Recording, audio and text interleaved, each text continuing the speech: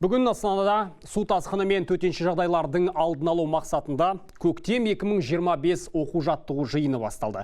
Іс-шара қауіпті аймақтар тізіміне кірген Үркер тұрғын алабында өтті. Қызу дайындық үстіне тап болған тілшіміз Мағжан Үйсінбай толығырақ айтып береді. Өткен жылдан сабақ алсақ керек. Көктем 2025 оқу жаттығу жиынында қажетті техника сайланып, құтқарушылар төтенше жағдайға дайындықты барынша пысықтап жатыр.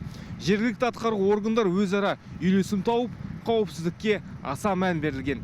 Оқу жаттығу Үркер тұрғын алабында бекер өтіп жатқан жоқ. Дәл осы елді мекен жыл сайын қарғын судан зардап шегеді. Іс-шараға 205 маман, 42 түрлі инженерлік және бір авиациялық техника жұмылдырылды. Жаттығуға көбінесе барлық жаңа техникалар тұрғызылды.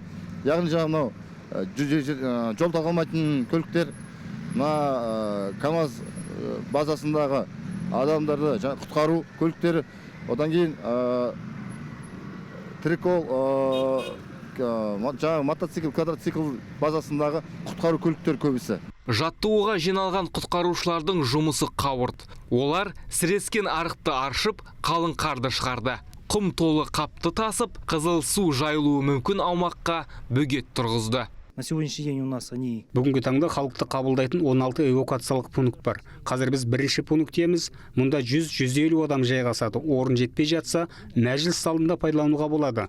Бұл жерде халыққа бар қолдау көрсетіледі.